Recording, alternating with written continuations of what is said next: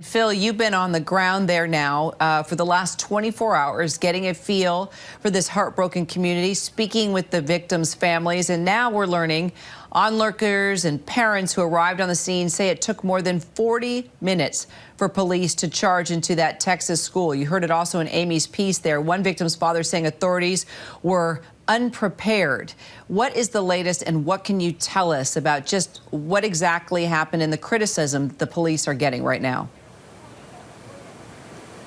Well, Kira, this is a really tough one because, as you point out, this community is grieving the loss of 21 people. But now we have to talk about this. Already yesterday, law enforcement told us the shooter was inside the school for 40 minutes to an hour. I think that raised a lot of eyebrows. Those of us who've covered shootings like this go back to Columbine. From then, law enforcement officials have always told us that you just have to go in and stop the threat. Matt Gutman just spoke to a man who's a grandfather and lives just across from the school, and he reports the same thing. He reports seeing parents get here, be concerned, try to figure out how to get their kids out of the school, as well as watching some law enforcement gather and perhaps try to figure out a plan. Now, we don't know what they were doing. Law enforcement is going to have to do an investigation. They do have security camera. They say they're going to go frame by frame, but yeah, we're getting more and more reports that he was in there for 40 minutes to an hour. We do also know in these kind of shootings that most of the damage is done in the first couple of minutes. Yeah, and also in the wake of this massacre and concerns over threats of violence, some school districts are closing their doors today as well, just canceling classes. What more do you know about that, Phil? You know, unfortunately, we have experience and a track record there, too. Every time there is a school shooting, especially something this horrific, schools all across the country react. I know of schools in Massachusetts that are beefing up security. So schools all across the country react. Some have closed their doors. The Donna School District here in Texas, about 4.5 hours southeast of where I am, in Uvalde, has closed its doors today, and they say they'll reopen them again on Monday. People just don't want to take a chance that there could be a copycat happening in the immediate aftermath of one of these shootings.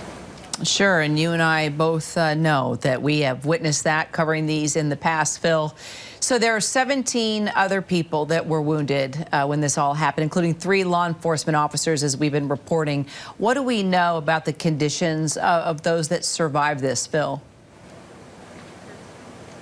So, Kira, we know that 17 other people went to the hospital, and as of last night, only 6 remain in the hospital. There are 3 adults and 3 children, we're told, and the conditions range between good and serious. So right now, we know, or at least we're being told, that nobody is in critical condition.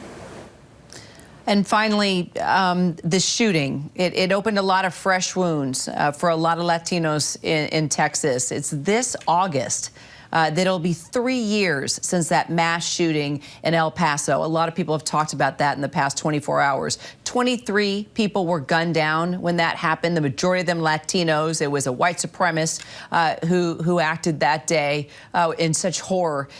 This community, you know, they hadn't even healed from that in so many ways. So how are they discussing this and now discussing this? How are they putting this all together? Well, that's a tough one, Kira, because they now have to reconcile what happened here. This, yes, it was an attack on the Latino community, but it was very different from what you're talking about in El Paso. In El Paso, it was a white supremacist who came there specifically to kill people in the Latino community. But here, 90% of the population of this school is Hispanic, and then police tell us the shooter is Latino as well.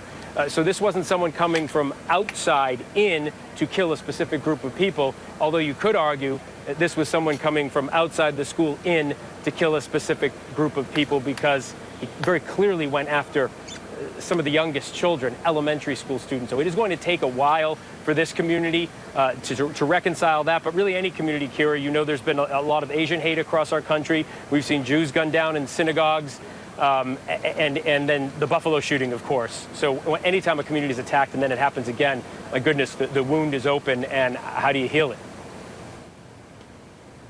Phil, thank you so much. We'll continue to talk with you, of course, while you're there on the ground for us. Appreciate your reporting and all the latest details, of course. Hi, everyone. George Stephanopoulos here. Thanks for checking out the ABC News YouTube channel. If you'd like to get more videos, show highlights, and watch live event coverage, click on the right over here to subscribe to our channel. And don't forget to download the ABC News app for breaking news alerts. Thanks for watching.